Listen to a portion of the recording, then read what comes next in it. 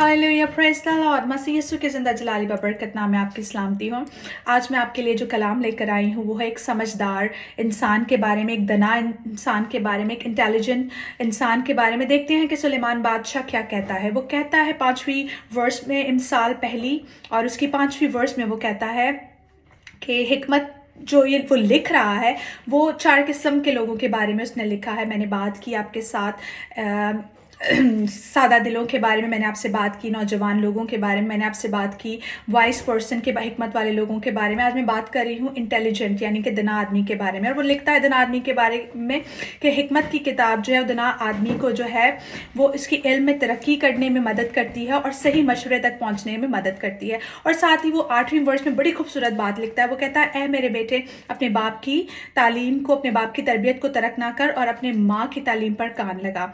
आज मैं बात कर रही हूँ उन समझदार लोगों से। मेरा सवाल है आपसे कि आप किसको सुन रहे हैं, आप किसकी तरबियत पर जो है, किसकी तरबियत पर आप अपनी ज़िंदगी बसर कर रहे हैं, आपकी तरबियत कहाँ से आ रही है और आप किसकी तालीम पर कान लगा रहे हैं, आप किसकी बातों को सुनने के लिए आपके कान खुले हैं।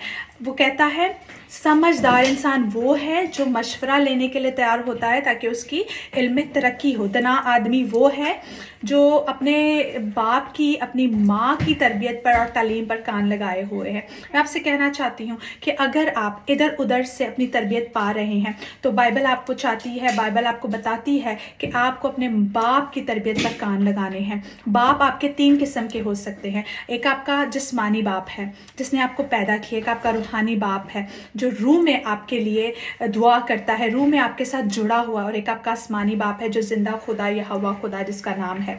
तो वो कहता है, ऐ मेरे बेटे, अपने बाप की तरबियत पर कान लगा, अपने बाप की तरबियत पर कान लगा। आपको कान अपने बाप की तरबियत पर ही लगाने हैं, आपका चाहे वो रूहानी बाप हो या जिस्मानी बाप हो, क्योंकि आपका रूहानी बाप, आपका जिस्मानी बाप और आपका आसमानी बाप, ये तीनों ऐसे बाप हैं जो आपको कभी भी गलत तरबियत नहीं दे सकते। ये कभी भी आपके लिए कुआं नहीं खोद सकते, ये कभी भी आपके लिए जो है एक ऐसा प्लेटफॉर्म नहीं बना सकते जिसमें आप तबाह और बर्बाद हो जाएं।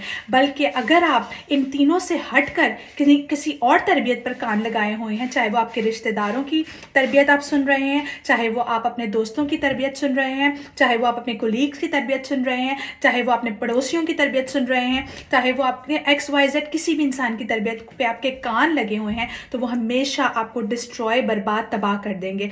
क्योंकि बाइबल कहती है, ये मैं नहीं कहती, वो कहती है, बाइबल कहती है कि तेरे जो माँ बाप के बातें जो हैं वो तेरे लिए ताज के बराबर हों और तेरे गले के हार, तेरे गले के तौक के बराबर हो।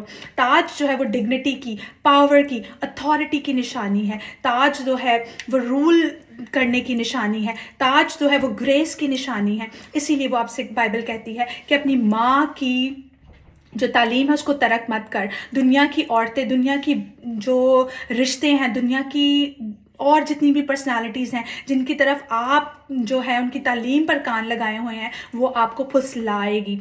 सुलेमान बादशाह ये खुद ये बातें कहता है, जो कि खुद इन चीज़ों को एक्सपीरियंस कर चुका है। उसकी बहुत सारी बीवियां थी, आप सब जानते हैं, और वो उसने ये चीज़ें एक्सपीरियंस की हैं। वो इसीलिए कहता है कि सिर्फ अपनी माँ की तरबियत पर कान लगा।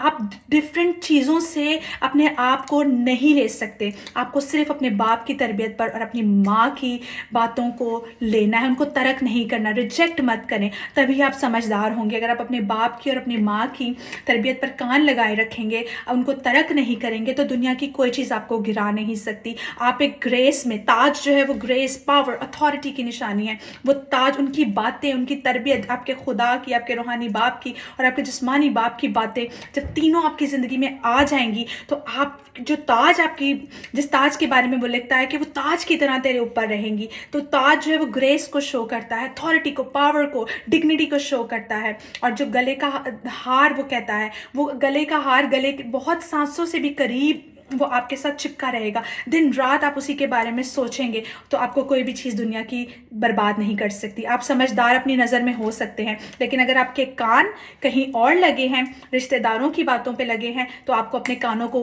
बंद करने की ज़रूरत है। उनको कहने की ज़रूरत है कि मुझे तुम्हारे मशवरे की ज़रूरत नहीं है। मेरे पास मेरा बाप है जो जिस्मानी है, मेरे पास मेरा बाप है जो रूहानी है, और मेरे पास मेरा बाप है जो आसमानी है। अगर आपके पास रूहानी बाप नहीं है तो ये बहुत ज़रूरी है।